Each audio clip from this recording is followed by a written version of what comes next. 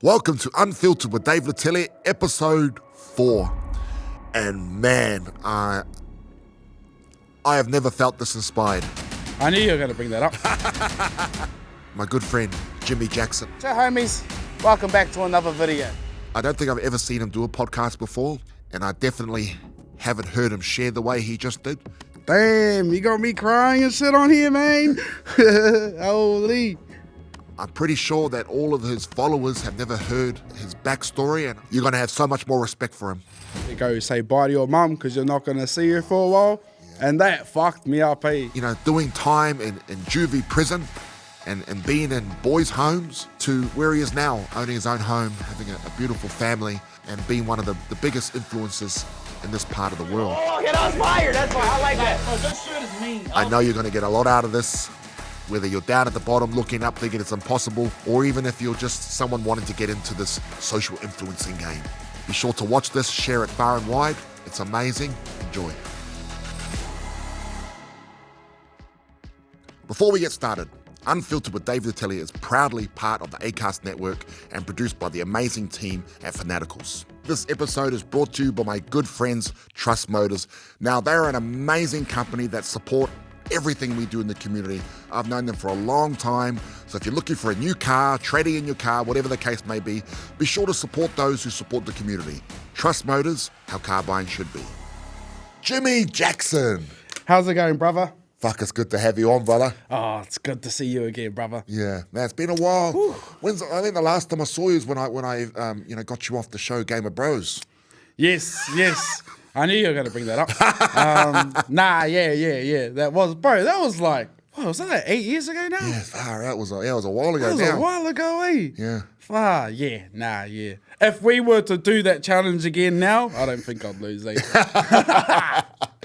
And it was funny because when you read it, it's real super serious, eh? Yeah. You know, you do not want to lose. My strategy was just be on Carlos's team. Be on Carlos Alberg's team. I was just happy that I stayed in longer than Carlos. But man, I'm just so competitive, eh? Like in everything I do, but man, I suck at swimming, eh? Bro, I couldn't even hold my breath, bro. I was like, damn, man, I got smoked. Oh, that's cool, bro. Good times. Thanks for agreeing to come on, bro. It's thanks awesome for having me, you brother. Oh, it's been a while since I've been on a podcast. I don't think I've ever seen you on a podcast. Nah. I think I've done like one, but like it was for my mate. He was starting like a YouTube channel, but I think he like gave it up like a month later, so like no one really saw it anyways. I think I was like pretty drunk on that podcast too, eh? But yeah. I don't really do like interviews or podcasts. But so what made you do this one? Oh, it's you, bro. I'm not gonna say no to you, brother. Oh, thank you, bro. Well, just on the couch before we're talking about, you're always a kid with a dream. Can you tell us about your childhood, bro? My childhood. I grew up from Wellington. I moved to Auckland when I was like 8 with my mum and my sister. Grew up on the North Shore, Murray's Bay. I like to say I was like the poor kid in the rich area. Because like both of my next door neighbors had pools, and it was a good neighborhood though. And I feel like growing up in that area is why I am who I am today, or like why I'm so hungry. Yeah. Why I like strive for more.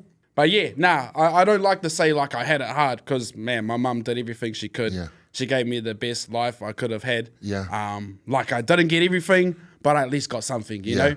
So like say if I was into Pokemon, I at least got a packet of Pokemon cards once every blue moon. Yeah. But my mates got it all the time. So I still had that, oh bro, I want it now. I want it every week though, mum. But I obviously wouldn't ask. I'll just try to get it in my own ways. Sometimes resort to stealing, or like, betting with my mates or stuff like that. I had an awesome childhood, man. Loved it. And I think also not being able to, like, always wanting so much as a kid, but not being able to get it is why now I work so hard. It instills something in you, eh? Like, bro, I was similar. It's funny because, through my childhood, we went through this and that, and then, I got shipped off to Australia when the old man went away. And we ended up eventually, when I was starting college, third form, my other uncle done really well in business, and he bought a mansion in Mission Bay. Damn.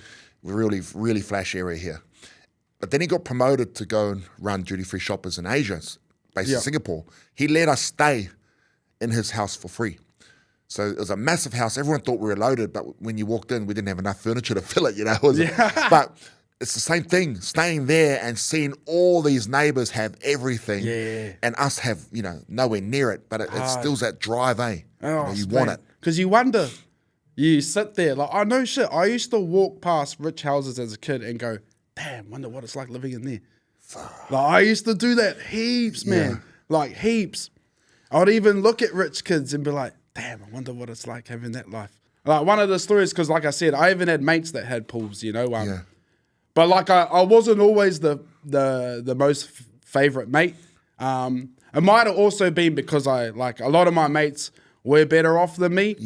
So like, say if my rich mate had a sleepover, I was always the last one that would get invited. So I think that drove me a bit more. What did that make you feel when that was happening? Oh, shit, bro. Shit. Shit.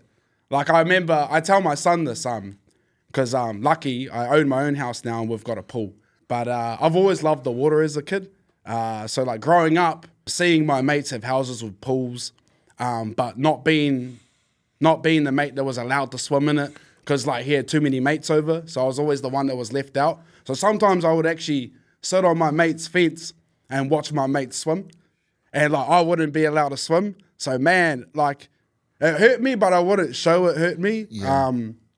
But it drove me, bro. Like, so when I made enough money to buy a house, I was like, I want to get a house with a pool. Like, it was always my main thing, and and I got it. But that's the whole reason why I did that is because of the childhood I had, And but it's my son now. He's the mate, because I tell like all his mates come over for swims and stuff. So like, he's living the life that I always wanted, but. So he's the mate that has everything, but he's willing to have all his mates over. So what did you say to him? Oh, I told him that story. I was like, I used to sit on my mate's fence and watch my mates swim, and he would actually get quite sad. But I told him, I was like, I don't want you to ever be that type of person. I was like, I want you to have all your mates over. And you make sure everyone's equal, you know. And if one mate can't stay, or like if two mates can stay, but there's one left out, okay, no one's staying, you know? So, but he does that. I've got Māori kids that come over, but they don't even know how to swim, because we live in Hamilton and like, we don't have beaches. You can't really swim in the Waikato River. So his mates will come over and they're like, oh, I don't even know how to swim. And I'll be like, oh, all good, you stay in the shallow end. I've got some floaty armbands. But nah, it's awesome, man. It's mean to see you. And how did you get to that point, bro, of having, you know, getting the house? Like, so what was schooling like? Did you go to uni? What courses did you do? I was pretty shit at school. I left school when I was 15. Far out. Yeah. Well, I got like kicked out, you know, because I was, what do you call it, like truancy? Like, I wasn't showing up to school. My mum didn't know. I was going to the internet cafe, you know, hanging out with older kids. Just getting into trouble. But then I was truant from school for like 6 months, and then that's when I got asked to leave. And then no other school would take me, so that's when I just went to work. But I was never really good at school. I was always the class clown though. Like, I think that's why I do comedy now. I was always the one, like the biggest distraction, and I got ADHD though, so I always struggled in school. I was on Ritalin as a kid. So but I love school just because I guess my mates were there. But I sucked at school. Left when I was 15. Got into a bit of trouble, so I was in a boys' home for a bit. Wow. Hard. I went into I actually went to YJ South, Youth Jail South, for about a couple months. Geez, I didn't know that. What was that for? Oh, like a bunch of shit. I did like burglaries and stuff. Like, because when I left school and I couldn't get into any other schools, because I used to go to Rangitoto. And I got asked to leave there and then tried to go to Long Bay, because I had mates at Westlake, Rangi, and Long Bay. You know, when you're a little hoodlum, you get mates everywhere. And Long Bay wouldn't take me, and so Mum kind of gave up and was like, oh, just look for a job. But she was so busy, you know, being a single mum. I was saying I was looking for a job, but really I was just hanging out at the internet cafe every day. And then, that's when I got into trouble, bro. Like, just burglaries, like stealing meat from supermarket to swap it for like tinnies, you know, stuff like that. But like doing it every day, every night, and then just eventually did so much. But I would like rob schools and stuff as well for their like laptops and stuff. I had no idea. Yeah, I know. I don't tell. No one really knows except the police. But yeah, I did that for about a year, bro. And then, but I never really got caught. And then I got caught once. And then when I got caught, I just confessed to everything. Yeah. Because this cop told me, he was like, oh, if you get caught later on for anything you've done when you're like 18, you'll probably go to jail for it. Yeah. And I was like, okay, I did this, I did that, I did this, that. And then that's when I got sent to youth jail. Yeah. And then after about 1 or 2 months in youth jail, I went to court, and that's when they stuck me in a boys' home up coast in Whangaparoa. And that's when I met this dude called Keith. He was my caregiver, and fuck, he was the man. He changed my whole life around. He was, the first day in the boys' home, he woke me up at 6 a.m., threw me in the car, he was like, you're going to go look for a job. And he made me walk into every factory until I got a job, eh? Yep. And I did the next day. And that was like the first ever job I ever had. And so was that the turning point? Was that the rock bottom, bro? That first night in the the youth home? Nah, rock bottom was in the south going to court. Yep. You know, I remember the day so well was when I finally got charged. This was just before I went to youth jail, and my mum was there, and and then I remember the judge saying, she was like, oh, you need to go say bye to your mum because you're not going to see her for a while. Yeah. And that fucked me up, eh? Yeah. I remember it, and mum was crying hard. And I went in. The judge let me cuddle her though. And didn't see her for 3 months after that. I didn't talk to her for 2 months because I wasn't allowed to talk to her. But then once I got into the boys' home, that's when I got a phone. Yeah. And then I called her, and it was all good from then on. Getting a little teary, but Yeah. hard times, eh?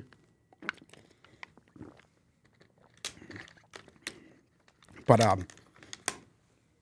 it was good. That's what I needed, being put in that boys' home. Yeah, that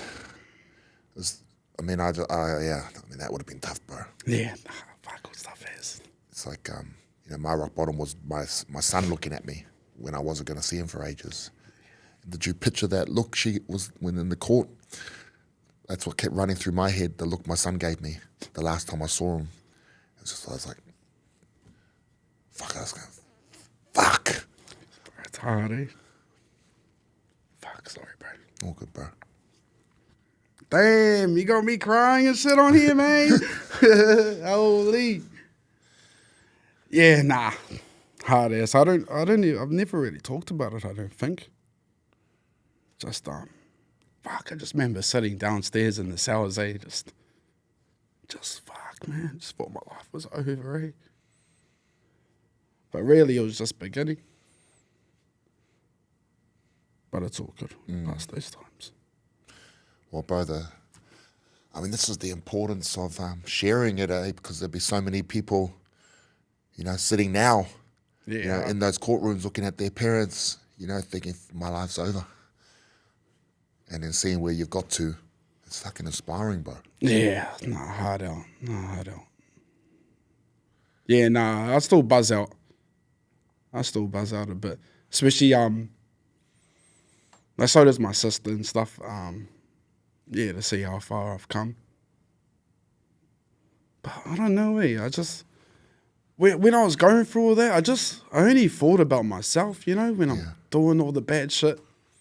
I only thought of myself, and then when it really hit, when I got sent to youth jail and stuff, I was like, damn. I never knew how selfish I was, as a teenager. Cause who I am now, I could never do that, but I guess because as a teenager, you only really think of yourself, The good thing, brother, is that, your mum's seen the change. Yeah. My father, I'll never forget it. My father was bad. He's changed now, but he was bad, and he nursed his father my grandfather who raised me to his death, right, when he got sick. And one of the biggest regrets is that his dad never saw him change. Never saw him become a born-again Christian and give back the way he is now. So, man, thank goodness and thank God that your mum's seen the change, bro. Yeah, hard, eh? So it's a real blessing. True. I never thought of it that way, eh? So. Yeah, hard. So the pain that she went through of watching it, it's nothing in comparison to the joy she'll be feeling watching you now, brother. Nah, hard out. 100%. 100%. Yeah. I've never even talked to her about it, I think, but it's hard to me to talk about these things, especially with my mum, because I was never really open with her, through my teenage years. But yeah, nah. And what's your relationship now like? Oh, mean as. Like, she knows I love her more than any. I'm pretty sure I'm her favourite too. Nah, just because I love my mum so much. Yeah. I want to do more for her. Yeah, she knows that too, and but she's happy, man. She's in a way better position she is now than she was when I was doing all that shit. Yeah. She's got a good man that loves her, bro. Married. She lives on a farm. Yeah. She's doing good, bro. She's doing good. She's happy. And you're talking about that guy, was it Keith, was it? Yeah, the guy that, my caregiver. The caregiver, and I mean... Keith War. I guess you never really had that positive, strong role model. Nah, because my dad died when I was just before I was 9 years old. Yeah. But my mum and dad weren't together. Yeah. They split when I was born. Yeah. My dad lived in Wanganui. Yeah. And then, so I only saw him on the school holidays. Yeah. Go up in school holidays, go see him. So as soon as we moved to Auckland is when he died, actually. Never had that role model, really, or the male model. Yeah. That's so important too. Yeah, 100%, bro. And he made you get out and look for work. Bro, 100%, because, I don't know, it comes to a point, I actually remember the change too. I think I was about 12 years old, and that's when I wouldn't listen to my mum. Yeah. And I remember because she tried to scare me once. I thought I was a gangster, low riding my pants and stuff. And I think that was the point where mum knew she had no control really over me. Yeah. Like hidings weren't working anymore, And I remember she brought my uncle down, and I think he tried to scare me, was like, I'm going to take you with me. Yeah. But I was just, I don't know, I was just so, like whatever. Yeah. Like, I'm gone in 5 minutes, boy. See you later. Yeah. Later, uncle. I never gave it a chance, but I think that's when she realised she didn't really have any control, which is why you need the male influence, because, man, I was so big-headed. Yeah. I thought I could run the world, and then, So, male presence is so important, 100%. And where to from there, bro? So, when we're seeing you now with the 1 million subscribers on YouTube and all these things, but how did you go from there to what you're up to now? Well, I wouldn't be where I am today if it wasn't for my wife, and my children, bro. Like, when did you meet your wife? Honestly, same year I started making videos, but it was like 3 months. I met her at Northern Base, a festival. Yeah. And I just started making videos 3 months before that. But what I liked about it is because I was the first dude in New Zealand to make the videos, Yeah. So back in the Vine days, 2000 and was it 15 or 13? I gotta remember, man. But so when I was at Northern Base, I was everyone knew. I was called the Facebook guy. Yeah. Because I used to put them on Facebook. And it was fuck, it's the Facebook guy. Everyone knew who I was when I was there. And then her mates actually got a hold of me and wanted a photo. But she didn't know who I was. Yeah. And I liked that because I thought she was hot too, And that's where we first clicked and started talking to her. She actually sat on my lap and she spilled her drink all over me. But then we talked for a bit and then split ways. And then after New Year's, we connected on Facebook and stuff. Yeah. I never really looked for girls then because I wanted to make it. I wanted to be successful. But I couldn't let her go. That's how I met her. We've been together ever since. But she helped shape me into the man I am today. Yeah. She taught me to have a lot of drive, bro.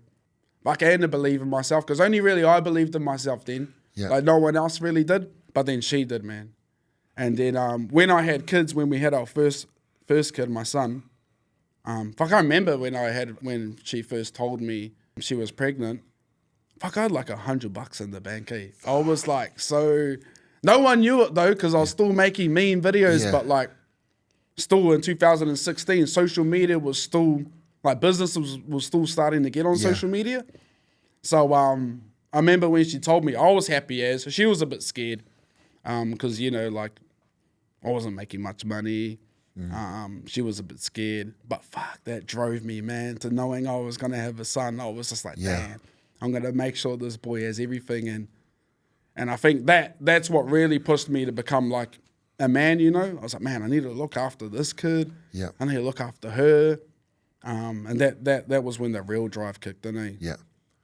And so what changed from there, bro? What did you start doing? Fuck, working my ass off, man. Yeah. Like no tomorrow. Trying to do it in every single way. Yeah. Trying to find out what worked and was going, okay, this is what we really need to focus on. But also trying to create new opportunities, do more things at the same time. And it's really hard too, because you start second guessing yourself and going, why am I doing this? Especially if something doesn't work. Yeah. But I think it was being scared of failing, man. Yeah. Not being able to buy nappies. Not being able to buy, you know, the milk, what do you call it? The baby milk or something? I can't remember. Formula. All those little things, eh? And I wanted everything for my kids. Yeah, I mean, we say it all the time, eh, brother, when we're talking to the families we support, the youth we support, to use all the struggle that you go through as your fucking superpower. And that's what you've done. 100%. 100%. And like, because you never want to go back there, man. You never want to go back there.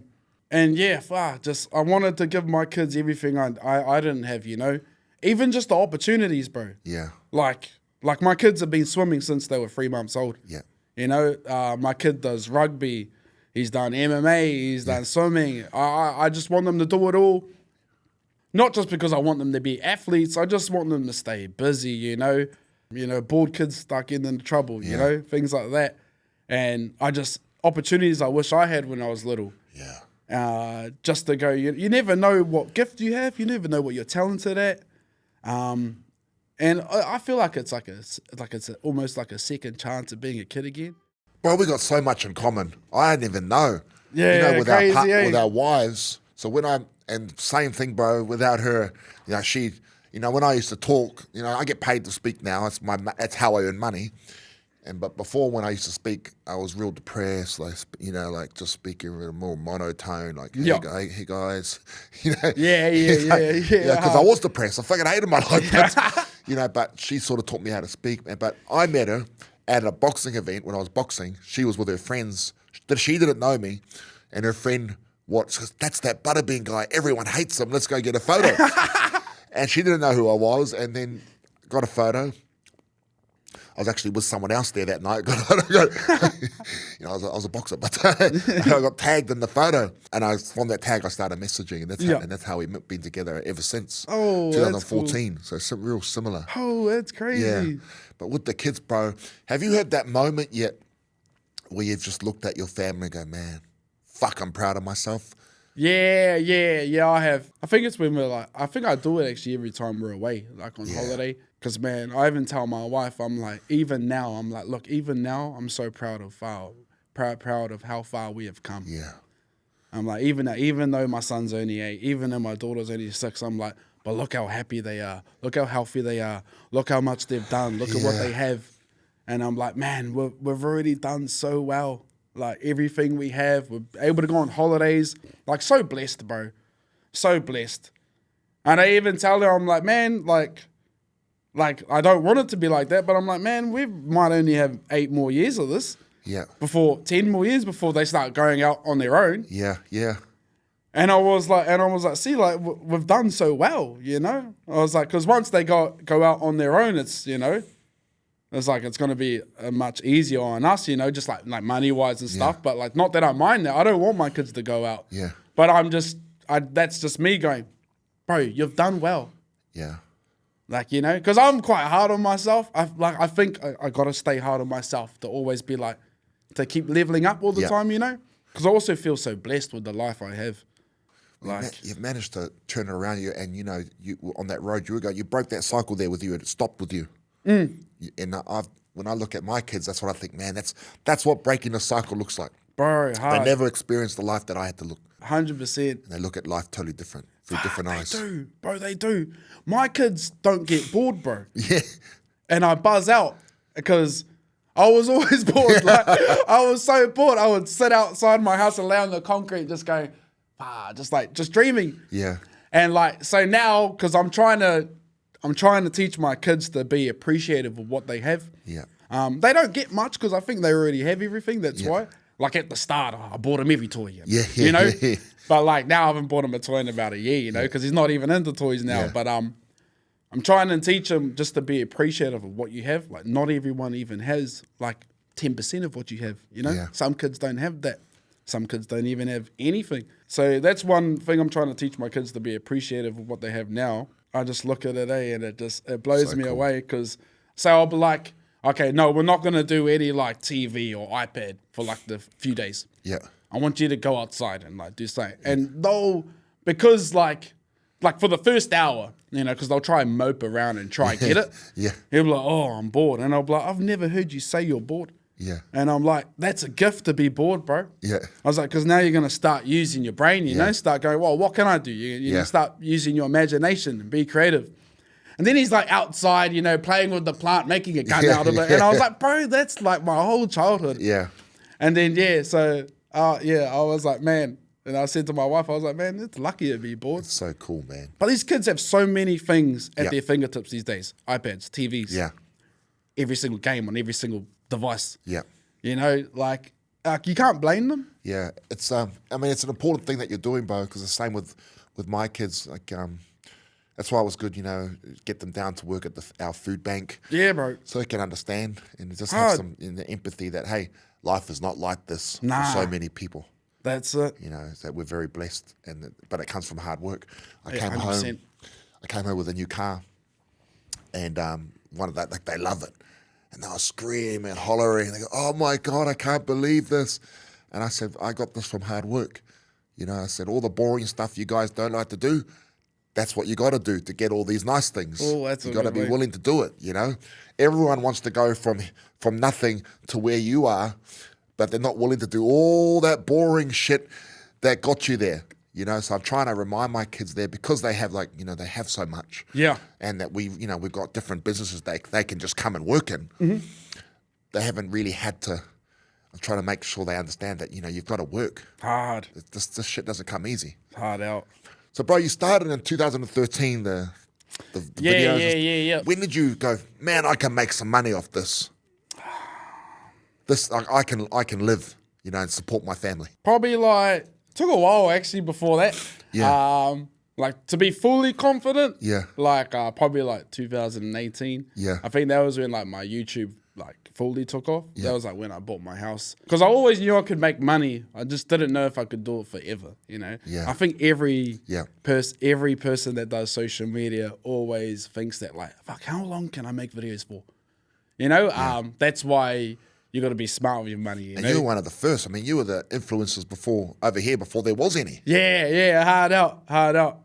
Yeah, hard out. I definitely was. I remember, honestly, I remember making videos, bro, and people would say, this is going to go nowhere. Like, they would do it in Facebook. They'll be like, this is going to go nowhere. Like, you're wasting your time. Yeah. And I could see why they said it, because, like, not even, like, a business was on social media then, Yeah. But I think, like I said, I was just such a big dreamer. Yeah. But I wasn't even making it to go somewhere. I was just making it because I loved making it. I was like, I just like, and then seeing the comments going, this reminds me of my cousin. I was like, that fueled me, you know, to do another one. I remember it was when I met my main Jermaine Leaf in 2015. Same time I met Terrell from Cougar Boys. Yep.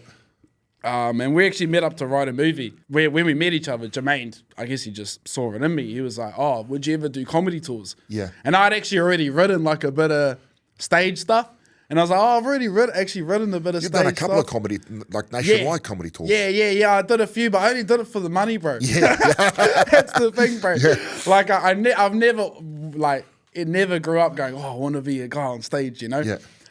So like my first ever show was the first time I was ever on stage. Yeah. But I didn't know I had a gift for it, I guess. Yeah. You know, so I was my shows were good, but I was really good at the crowd interaction stuff, Yeah. you know. And that's where my shows would pop. So, yeah, my first ever show was like 1 hour and 40 minutes long. It was only meant to be an hour. Yeah. But I got like quite drunk before it because I was nervous. Yeah. And I ended up just talking so much shit because I forgot all my lines. Yeah. And I just ended up talking so much shit. But the crowd loved it. Yeah. Like no one left. Yeah. Like I didn't even know, but my mate Jimi, he was managing the tour. Like after an hour, he was going like this for like 40 minutes straight going, bro, the show's done. But like everyone was loving it, you know? It was a bit like scruffy, but everyone loved it. And because I'll take photos afterwards and I'll talk to them and stuff. Man. Yeah, hard out. And so that's where I figured out I was good at the freestyle. And so like on the show, like while we're doing the tour, we're like rewriting the show, bro.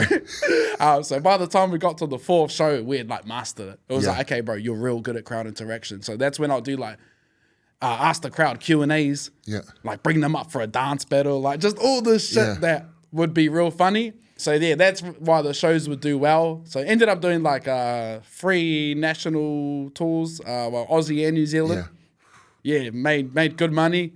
So I'd make like quite a bit of money, but I wasn't making money off videos then, you know, still. So I'd make the money, come home, and just make videos and try to survive on that money. And I would have to do like maybe 1-2 tours a year.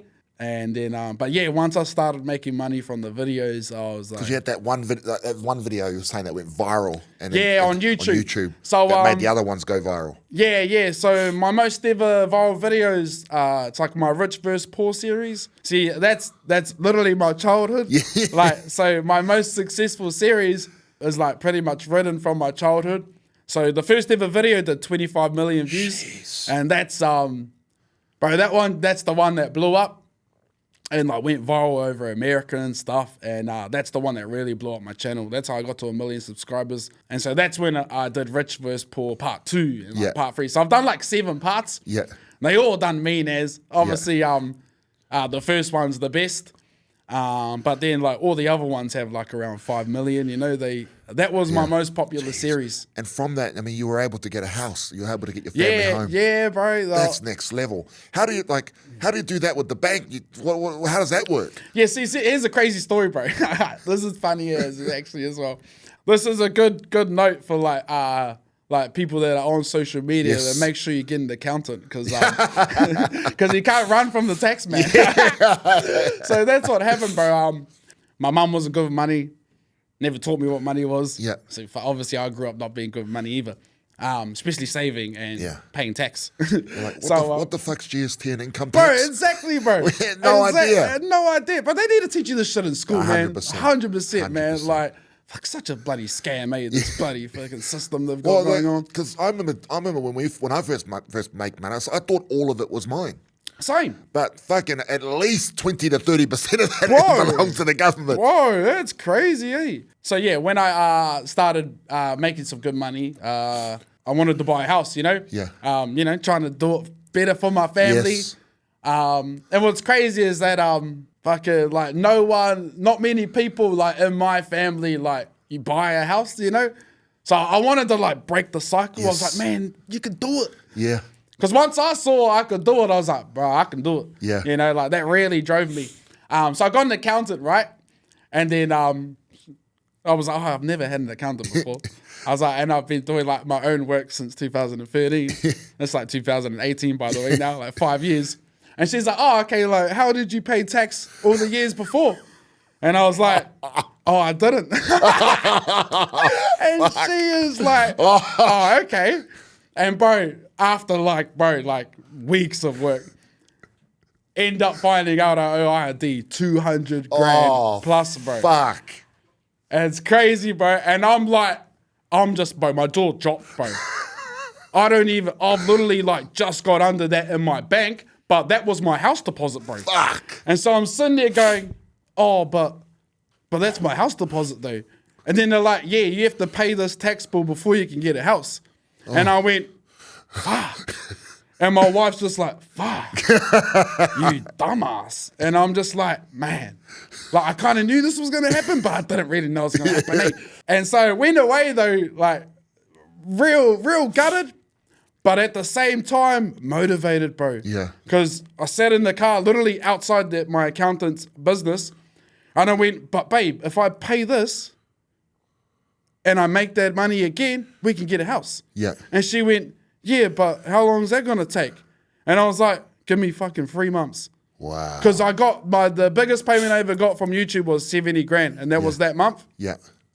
And then I'd already quite been saving, you know, and then so that's what pushed me to get the house, knowing I could make that money. Yeah. And then when she was like, okay, you got to pay a 200K tax bill first, I went, oh, okay.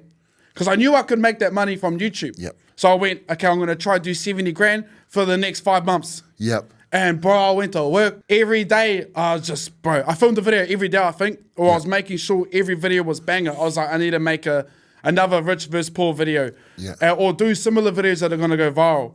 And I think it took 6 months. I paid off the tax bill and I bought a house. Yeah, bro. I did it, bro. Bro, what did their accountants say, and what did your wife think when you did it? What was Bro, like, just, yeah, obviously, like, yeah, surprised. I don't know. I don't think they were actually surprised. I think just proud. Yeah. But yeah, I think maybe they were surprised, but maybe they just tried not to show it. Maybe my wife. Because it is quite unbelievable when you can make that type of money. And like, oh, do you reckon you can do it again? But I was just so keen, man. Yeah. Because it just buzzed me out knowing I was like, okay, wait, if I pay that bill, I can actually buy a house if I have the money again. Yeah. It's like, yeah. Okay, I was like, fuck, okay, I want to fucking do that. And yeah, man. Well, it's you, like, I mean, you have that ability to use adversity as fuel. You know, so I always say, you get knocked down, get up. Bro, Fucking go and use it. Being underestimated is one of my favorite things. Yeah. Like, because that awakens the beast deep. Like, because I've never really been the best at things, but I can get good at it if I put the work in. Yeah. Like, I've always been like that. I can be good at anything. I just got to put a bit of work in. So say with my son, he's never naturally just good at it. Yeah. But if he puts the work in, he gets good. Yeah, I mean, bro. People used to say that when I used to say BBM or Butterbean motivation, people used to laugh. Bro. What the fuck is that? So I'll fucking show you what it is. Now you know what BBM was. Everyone knows what BBM is now. That's so cool, man. It's a superpower, bro. Eh? Being underestimated. Man, I've got to get you into the youth programs that we do in the prisons, man. They need to hear the story. Hard. Fuck yeah. I love the fucking, especially kids, man. Yeah. Fuck, I remember being that kid, man. Well, bro, we just had our graduation yesterday for our first youth prison program.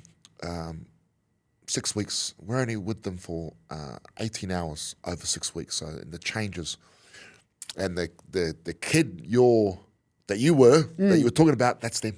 Yeah. They're still able, if they had a Keith.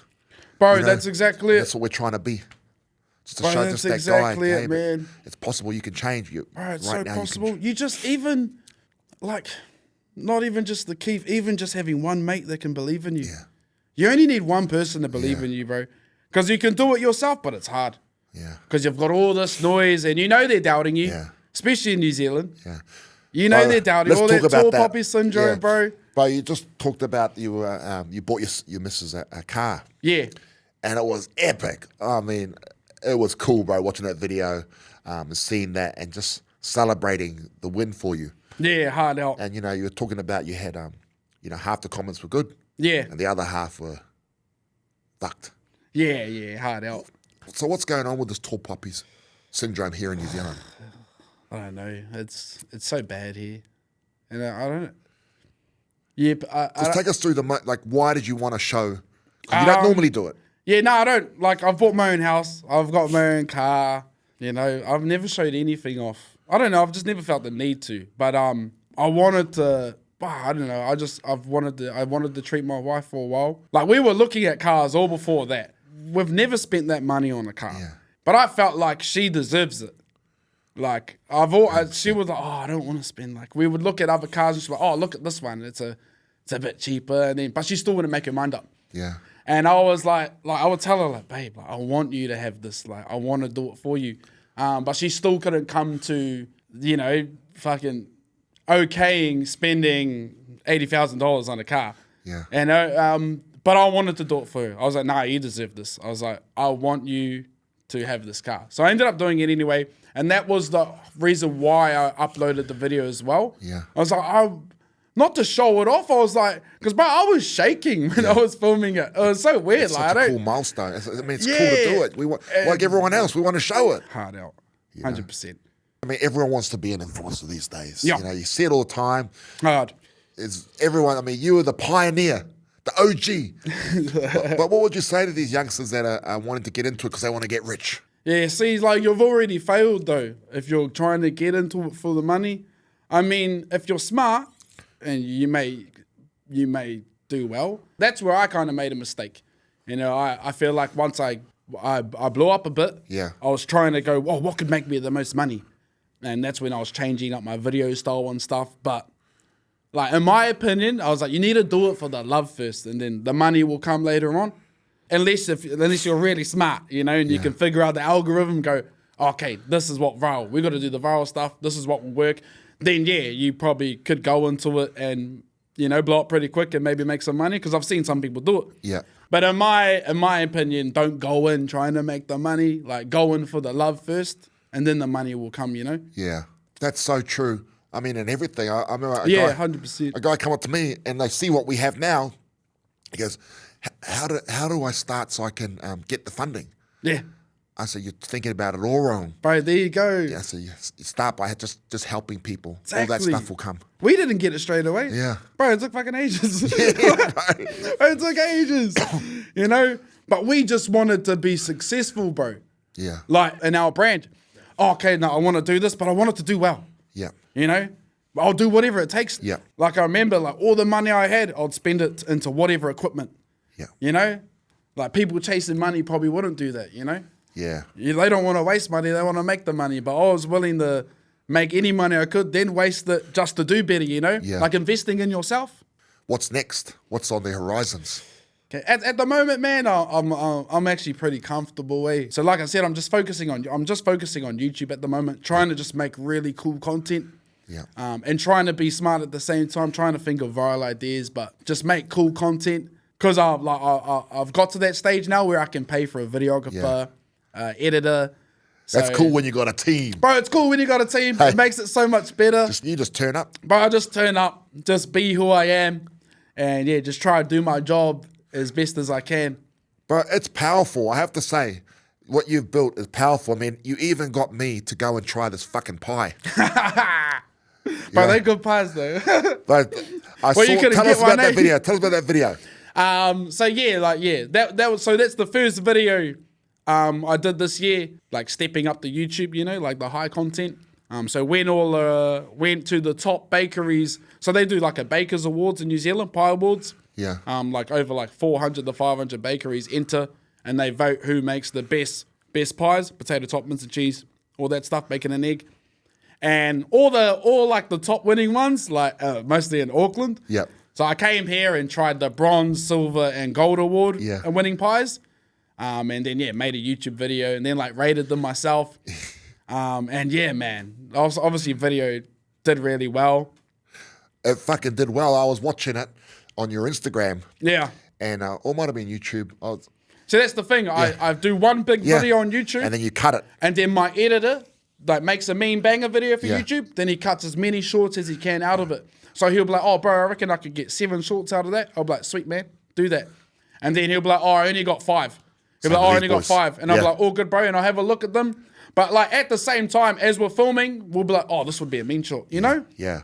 Just on the go. And I saw that, bro. I saw that short, and I said, well, I saw that one, the number 1 pie in Auckland, mince and cheese pie in Henderson.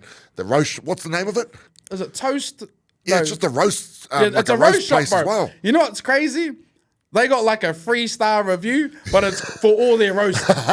Everyone's because I looked it up, bro. I was like, man, surely there's like 5 stars everywhere. And I looked it up. I was like, bro, it's a 3-star bakery. What the fuck? And it's like all the roast is too small. Yeah, the roast was way too small. But all the pies, bro, meanest pie I've ever had. But I saw your video, and me and my son went to try one of these fucking pies. So you imagine the butterbean, the health guy, turn up, lining up outside this bakery. Yeah. This butterbean. I was trying to, be incognito. And I'm lining up there, and everyone's, hey, butterbean. and the pies are fucking, they just cannot keep up. And I'm like sweating bricks. I'm like, fuck, I hope there's some pies left for me. And each customer goes through, the pies are getting less and less and less. The guy in front of me took about fucking 10 and there was none left and I was fucking pissed. So, I know you're going to go film thereafter, so hopefully, I can get a pie out of this, because it's only up the road from my house. Yeah, bro. I had to go to another inferior bakery and waste the calories on a shit pie. If you're going to waste the calories, at least be a nice pie. That's exactly it, bro. If you're going to do a cheat day, bro, do it properly. At least you're going to fucking do it properly, not I'll on a tell Big him Ben to put pie. a pie aside for you, bro. I'm going to come and have one. My son, we love mince pies. Yeah, man. Same. Yeah. So he's had to make like 3 times the amount of pies.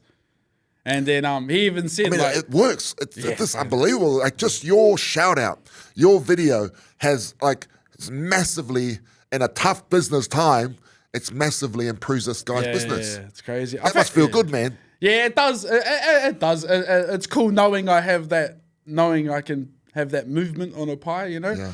But man, I'm not gonna lie, man. I think I've been making pie content for 10 years as well. You again, you were the pioneer. Exactly. All of a sudden, everyone's a fucking pioneer, every now everyone wants to be a fucking rating pies, but you started that. Hard out. Well, that's because even Aussie knows. They're like, man, Jimmy's always saying he's got way better pies. But man, I stand on business, man. All my Aussie mates come over. I've got some coming over in March too. I'm going to do a mean YouTube video. But all my Aussie mates that come over, I take them to a mean bakery and they're like, damn. They can't ever admit it, but their smile's so big. But yeah, they all say off camera, bro, the pies are way better. Yeah, I took my Aussie cousin to a few pie shops. He goes, yeah, bro, way better. Way better. There's one in Ellerslie. Have you been to the one in Ellerslie? Yeah, I think so. It's another award-winning pie shop. Oh, yeah. Fucking nice. I think they actually got number 4 or something, or they might have got number 2 for potato top pie. Yeah, I think. very nice pies. Yeah, man. You're going to have to do some car shout-outs too. You got your missus a car. Yeah. And I've told you before, the next time you go to get your car, you're going to come see my boys at Trust Motors. Yeah, Trust Motors, eh? How car buying should be. I'm keen. We'll sort that out. Need to tee up a Mustang, baby. I just won't show it. It's crazy that, when you got a house. I mean, when we got our house, I really wanted to put the sold. You know the photo when you have the sold? You're up front with your family. Yeah. I really wanted to put that photo up, but I couldn't. Yeah. Out of the fear of the hate that I get. Yeah, hard. See, I actually think I did. Yeah. But I don't think I got any hate. Or I might not even checked. I went through an era, I went through a phase where I don't check my comments at all. Yeah. I just upload and move on. Yeah. Because I feel like you can be too hard on yourself. What the video's not performing that well. And I was like, fuck. If you felt like it was good enough. We're at now. Yeah, hard out.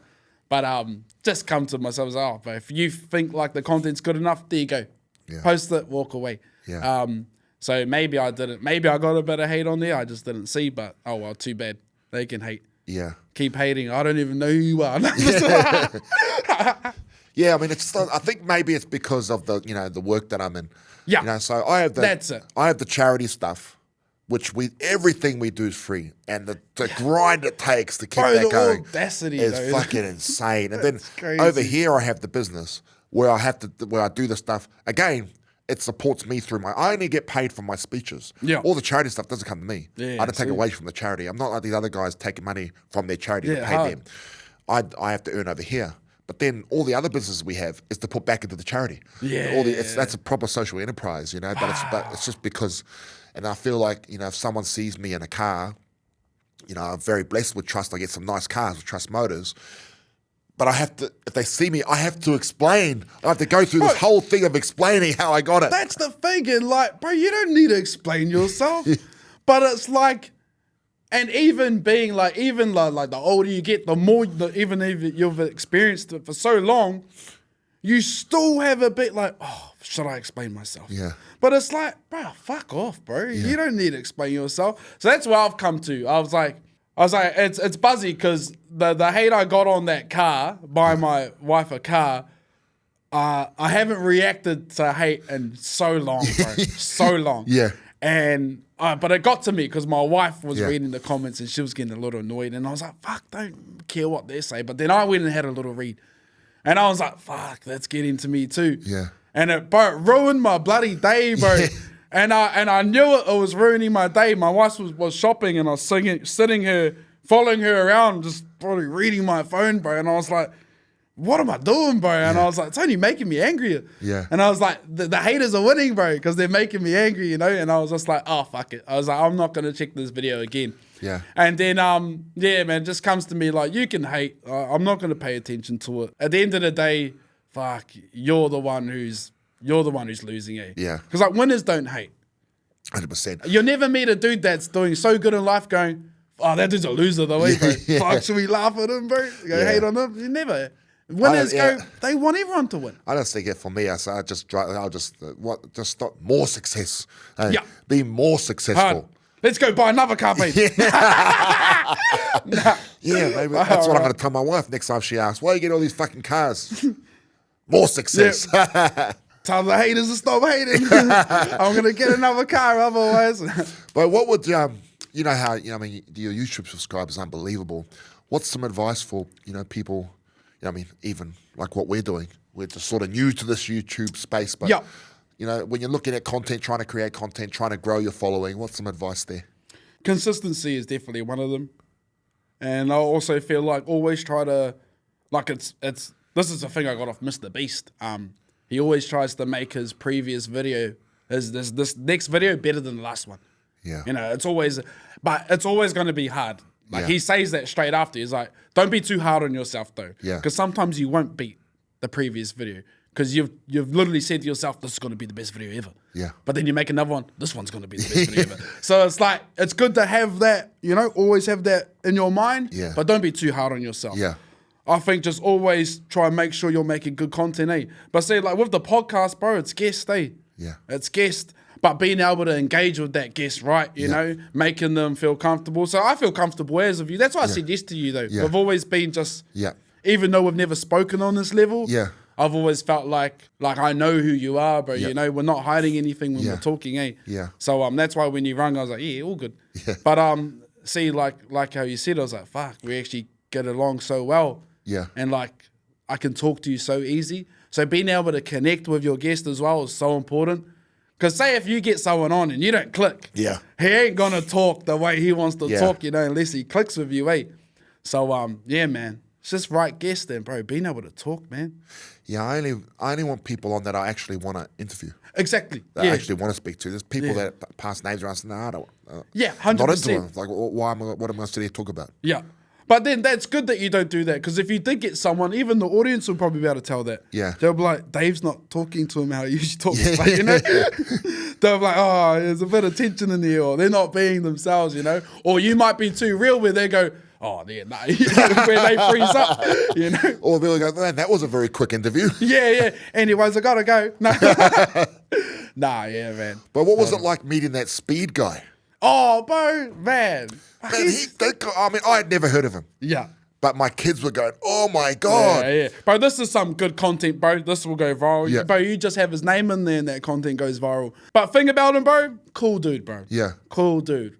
So he actually got quite a bit of hate here, which actually made me angry. What was the hate he was getting? Bro, just for one, the main thing was the haka he did. Yeah. They thought he took the piss out of it.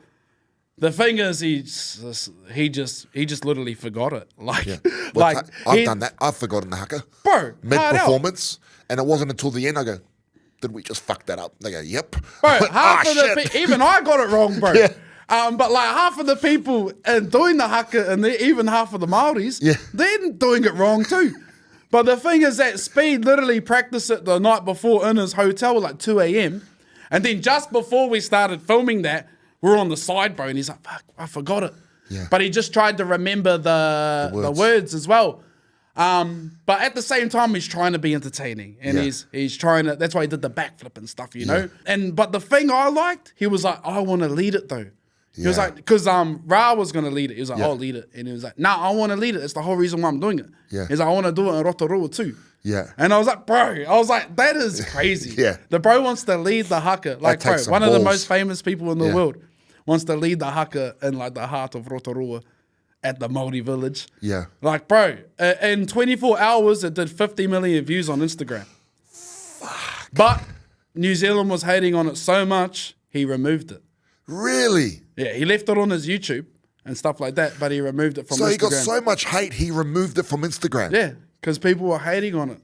They were saying he was taking the piss out of Māoris because they never knew the backside, which you never know because you're not there. And honestly, it annoyed me, bro. It annoyed me because we've never had anyone at that level of fame wanting to do so much, bro. Yeah. Because not only did he lead a haka in Rotorua, bro, he blew up so many businesses. Yeah. Heaps.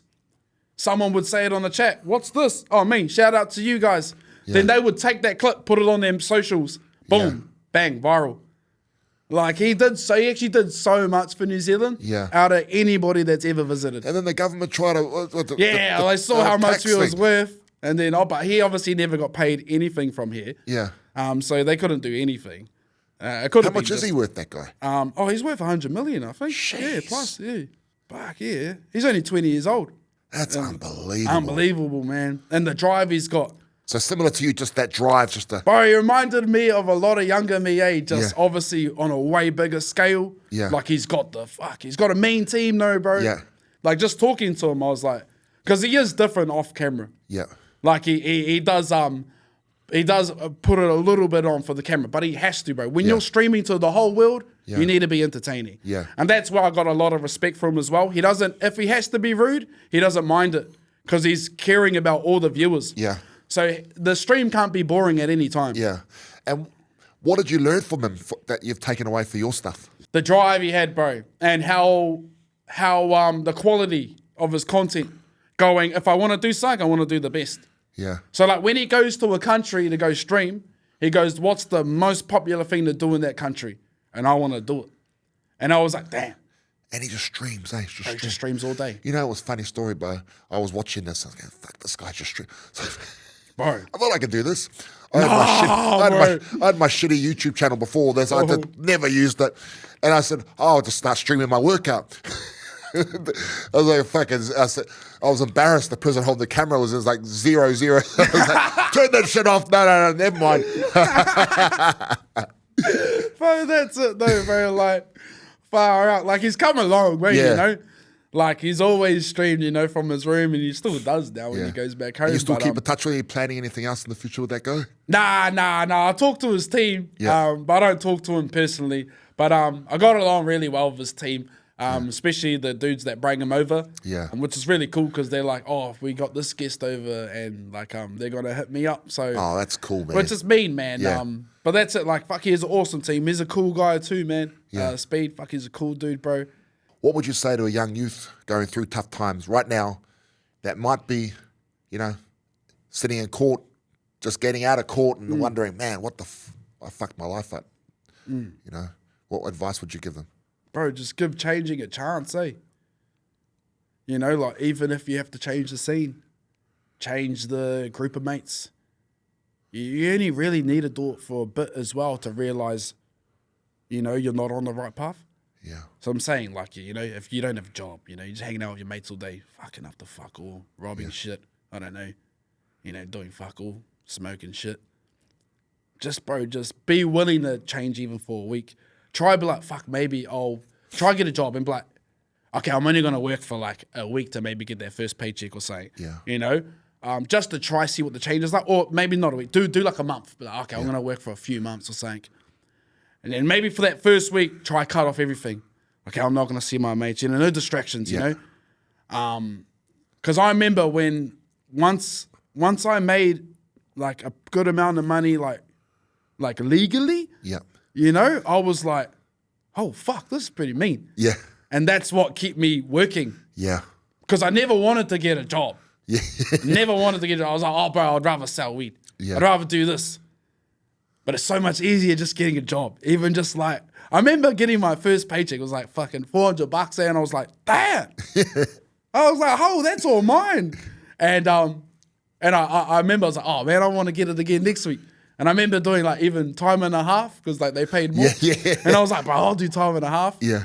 So even just be willing to change, eh? But I know, fuck, maybe find a role model. Yeah. There's so much that could happen. But I think it's just like, even if you can find a mate that can change with you, Yeah. fuck, like I said, it only takes one person to believe in you, eh? Yeah.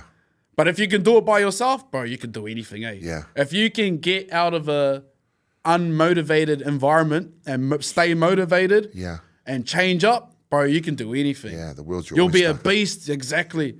Once you get into that good environment, bro, imagine how you're going to be then. Yeah. Fuck yeah. Bro, you're going to be a beast. You know, bro, I'm motivated in prison. Yeah. Imagine me when I'm in Abu Dhabi on a boat, you know, like, dang, there's no stopping me there. Yeah. I'm taking over the world there. Yeah, so that's it. Just be willing to do change and at least try it. Yeah. Don't have that thought, oh, I might do this. Nah, fuck, you're wasting your time. Just get an ounce, bro. Yeah. Sell it. You know, or, Yeah. bro, just be willing to do it, man. I know, like, you know, when you do get it legally, you enjoy it a lot more. 100%, And bro. there's no looking over your back. Nah. Nothing. No one can take bro, it. legal money's way better. Yeah. You can spend it. You can do whatever you want with it. And it just feels so good. What's your why? Your purpose? Oh, bro, my wife and my kids, 100%. And my other family. Yeah. But, like, my main why is my wife and my kids. I only live for them. Yeah, nah, man. Everything I do is for them. Yeah. See, I don't need to be the richest in the world. I just want to have enough money where I can spend time with my family, you know? Yeah, I just want to make memories with my family. That's all I want to do, you know? I'm pretty comfortable now, you know? Yeah. So that's why I'm just focusing on doing YouTube, but I'm also focusing on traveling more with my kids and making more memories. Because, man, they grow up fast, bro. Even when I want to create I want my kids to be 18 and go, Dad, I still want to hang out with you. Yeah. Like, you know, like every day. Yeah. I want them to go, oh, bro, I'm throwing the pool party. Oh, bro, my dad's going to the game. I'm so going with him. Yeah. Like there's nothing you could do. I want to go with my dad, you know. I want them to come on holidays with me when they're still 18. Yeah. We go camping every year. Yeah. Bro, every Christmas when they're 18, 20, I still want them going, nah, I want to go camping with my dad. You know, yeah, man. Fuck, I feel like that's the best life. That's so true. Kevin Mialamu, I spoke with him last week, and he said the same thing. When I said, "What's your goal?" I said, "Man, I just want to be under a tree with all my family, Bro, just enjoying that time Bro. and doing it as much as possible. bro, exactly. Not just that, yeah, Bro, and you know what's crazy is that, like, when everything first started, that's what it was like. yeah, Everyone just working together, sitting under the tree, wind breezing, Yeah. picking up. Bro, that's life, bro. Yeah. Just it's small things, eh? I just want to be able to live with my family every day, bro. yeah, The little things. Even I walk my kids to school. I pick them up. There's little things like that. They're walking them home, walking them to school. But having freedom as well, bro. That's it, eh? yeah. Just for being able to do that. Exactly. Just being able to do that. Fuck, so blessed. It's But like- I just want to keep being able to do that. That's why I work now. yeah, I can't not stop working because then a year later, we're not going to be able to do that. So I only work to keep being able to do that. yeah. You know, it's like when you think about wealth. For me, it's being like rich. It's not about having millions and millions and millions of dollars. That would be nice. We'd be able to do a lot more community work. But being able to say, if we want to go on holiday, Bro. we can go. Yeah. That's all I need.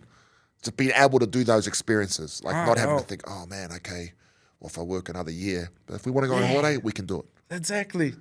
Yeah, just experience those things. That freedom, baby. Anything you want to say in last comment to your wife and kids, brother? Yeah, well, you know I love yous, and I'll see you soon. If not, I'll be staring at you right now when we're watching this. But yeah, nah. That's one thing I've got some mates that are that successful, you know, and do work that hard. I don't tell them like up front, but I try to hint it a bit. It's like, bro, you could die tomorrow. Yeah, And, you know, you're going to be really happy, you know. I know you're grinding for your family, but you're not there with your family while you're grinding, you know. Yeah. And like, I don't try to be like, oh, you shouldn't be doing this. Yeah. I'm just like, bro, you know, maybe just think about it. You know, you don't have to be that thing. You don't need everything. You don't need to be the richest in the world. yeah. And it's like, what's most important is there, you know. Yeah, there's no point. We always say our why is our family, but there's no point if you're never seeing them. Exactly. Why is Dad not here? Oh, wrong why. Yeah. Far out. Oh man, brother Jimmy, thank you so much for joining me and sharing, bro. That was Thank you for powerful having stuff. me, brother. just an inspire, bro. I know this is going to help so many people, which is why I started this. I wanted to share inspiring stories that people like us, when we were young, can watch it and think, fuck, it's possible. If they can, I can. Hard out. That's Thank it, you, bro. bro. Thank Shout you, for my having bro. me, brother. Mean. You're the man.